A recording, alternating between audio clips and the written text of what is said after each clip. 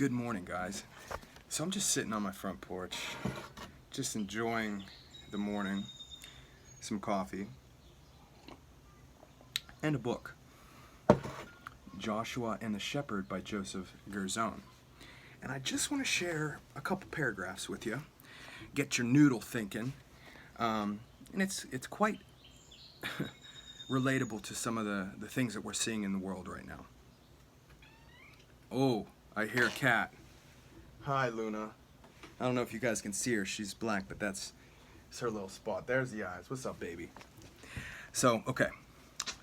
In the story, little context here.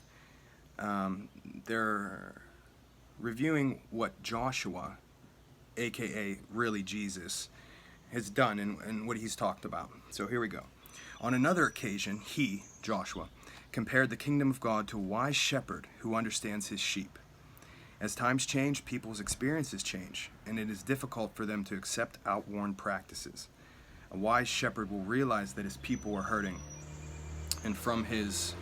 There's a car going by. Hello. And from his resources will make adjustments.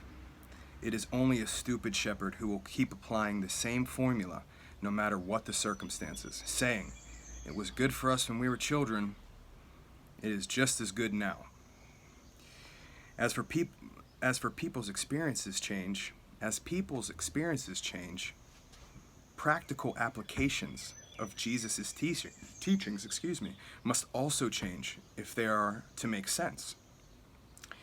But Jesus' teachings are changeless, David objected. They are changeless in their principle, but not in their application, Joshua retorted. Take, for example, Jesus' gift of forgiveness, which he shared with the apostles. That is unchanging. How it is administered can vary as people's needs change. When people stop accepting forgiveness in the traditional form, it expresses a clear message that, and this is the message, that form has lost its meaning for them. The whole Christian world can't be wrong. Find another way. At that point, the form must change.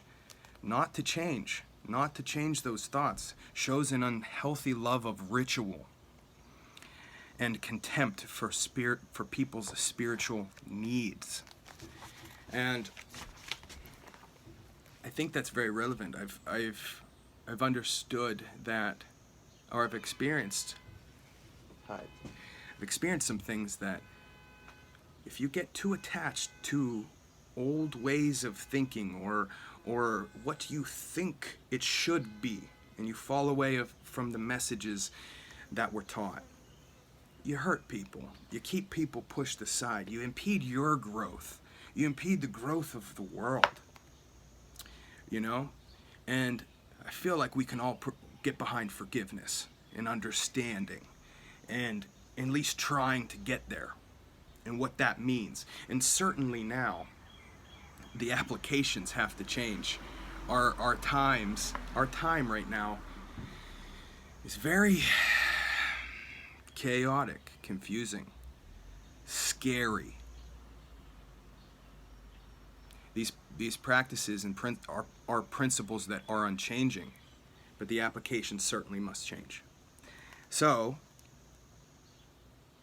I just wanted to share that with you guys, and let's think about that. Let's think on some of that stuff, where change is not necessarily a bad thing. It's a good thing for the circumstances if it's need, where people's needs are. What are people's needs? Where do they need to grow? Where do they need left some crumbs to eat on their road to their development too? Don't be so harsh on people. People are trying to figure it out. So, yeah. Well, one buddy messaged me this morning, "How did you find your way back to God?" And